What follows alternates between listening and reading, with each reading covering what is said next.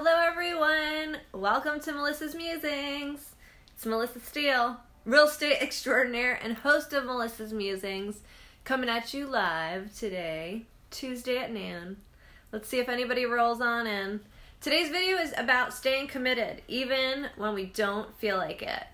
And this is so important this time of year. So important. Because you know what nature does this time of year? It starts to hibernate. The buds start to really hunker down into themselves. It starts to store a lot of energy for the winter months. Creatures like little chipmunks and squirrels, they start to forage and store a lot of stuff to get through the winter.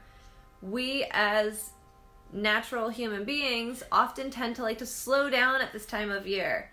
And we think to ourselves, it's okay. We'll start again in January and all will be fine. And I will tell you that conversation has been so loud in my ear for the last 2 weeks. I went to Cabo. John and I worked really hard working up to Cabo. We were pulling ridiculous 12 and 14 hour days trying to tie up every loose end before Cabo. Then we went to Cabo, had an amazing vacation. I transitioned into birthday mode. And now the conversation that's been in my ear, because it would be so easy to just transition into laziness, is just wait until next year, it's fine. And the message that I keep receiving, which is hilarious, is for over a month now, I've been seeing that there's 90 days left of this decade. There's 60 days left of this decade. It's a constant reminder that the time is now and time is valuable. And at this time of year, it's so easy to waver on commitments. I'm not gonna lie, literally one of the first things I thought this morning is, I could totally skip Melissa's Musings. Nobody will even miss me.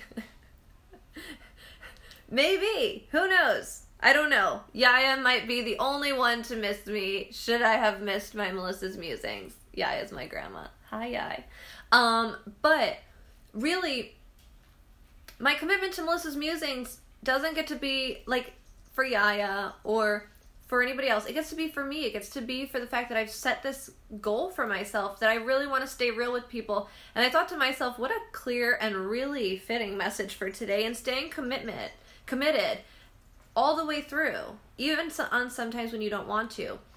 And also that comes with a bit of a caveat though. I do believe in creating flexibility for yourself, because one of the things that I've been so enjoying and embracing since the Cabo trip is relaxing and creating more space for myself. And really creating both ends in a lot of aspects of my life. No client balls are being dropped.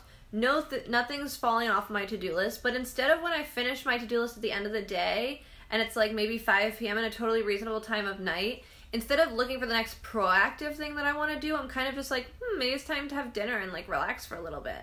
So I'm creating both ends in my space, and it's been really amazing. I love that this looks like a little hat. What do you guys think of my cactus hat? I'm gonna stand right here. Okay. But really, this time of year, it gets so easy to talk ourselves out of doing things. But really be real with yourself about where you're at. For example, I wasn't the best this past week about my yoga habit. And this week, I'm super committed to getting back into it.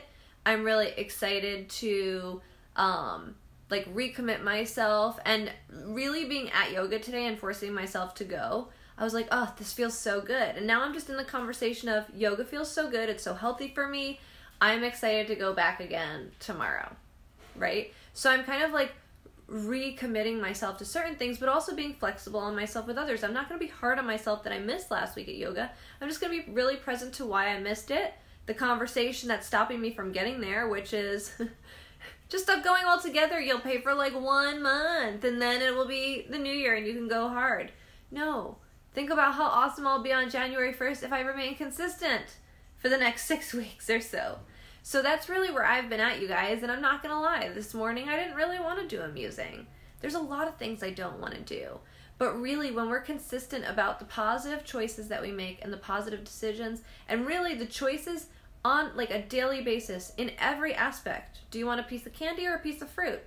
The piece of fruit's probably going to be the better choice long term, even if in the moment cheating with a piece of candy feels like a really good choice. Everything compiles on itself. So just be aware of the small little choices that you're making every day. You might be able to finish work today at 5 and leave a couple to-do lists for tomorrow, But maybe you're also really aware of making a conscious decision tonight to eat a healthy dinner, to cook for yourself, and to get to bed early. So you're making conscious choices in a really positive aspect as well. So as this time of year kind of winds us down, all of our goals, we've got a couple weeks left. I can't believe like Thanksgiving's going to be here before you know it, and like Christmas will literally be here before we could say it.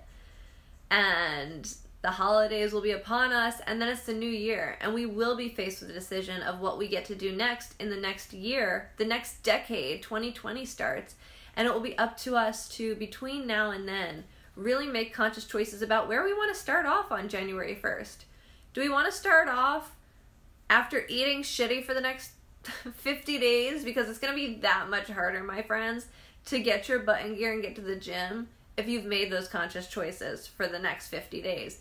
Where instead, if you start small and maybe do some crunches, do some push-ups, and eat a couple extra salads instead of French fries over the next month, you might be setting yourself up for a lot better of a success when it comes time to January 1st and crushing those New Year's resolutions and goals, which we'll talk about closer to the 1st, the difference between New Year's resolutions and goals. All right, you guys, have a great rest of your day. I will talk to you soon. Bye.